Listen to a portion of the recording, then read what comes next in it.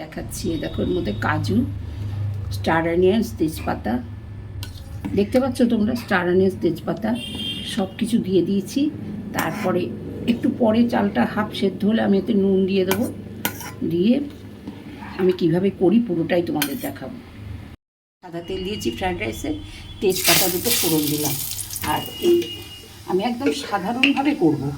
আর এই যে গাজর আর পেঁয়াজ কুচিয়ে রেখেছি, একটা কাঁচা লঙ্কা কুচিয়ে দিয়েছি, এটা ভেজে নিচ্ছি।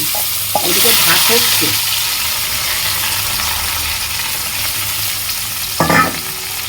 এটা ভাজি তারপরে দেখাচ্ছি।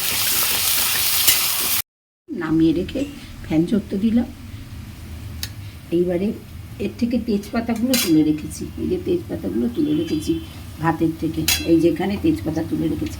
এবার একটু গোটা গরম মশলা দিচ্ছি, এতে একটু জয়িত্রী দিলাম, আর এই দিলাম একটু দুটো এলাচ দিলাম, একটু দারচিনি ভাঙ দিলাম। আচ্ছা, এবার আমি কি করব, এই গরম ভাতের মধ্যেই এই নুনটা দিয়ে দেবো, এগুলো তাহলে মিশে যাবে। পরিমাণ মতো নুন দিচ্ছি গরম ভাতেই। এবারে চিনিটাও দিয়ে দেবো গরম ভাতে। আমি এইভাবেই করি, খুব সহজ পন্থায় করি, সহজভাবে যাও, খুব কম সময়ের মধ্যে করি। আচ্ছা, এই যে তেলটা হচ্ছে, এই তেলের মধ্যে আমি ঘি দিয়ে দিচ্ছি একেবারে, খুব কম ঘি দেবো, আমি বেশি দেবো না। এইবার এই ভাতটা নাড়ছি, এই যে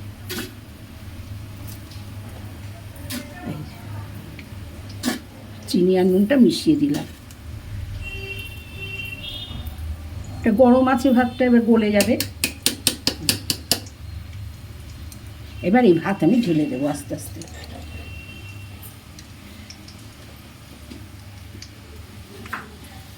ভাত আমি ঢেলে, আমার ফ্রায়েড রাইস রেডি হয়ে গেছে। একটু গোলাপ জল দিলাম। আমার ঘরে আর কোনো সবজি ছিল না বলে আমি গাজর দিয়েছি, শুধু গাজর আর পেঁয়াজ, গাজর পেঁয়াজ কাঁচা লঙ্কা কুচি। তোমরা ফুলকপি, বিনস টিনস সব কিছু দেবে যা থাকবে, আমার ঘরে নেই আজকে।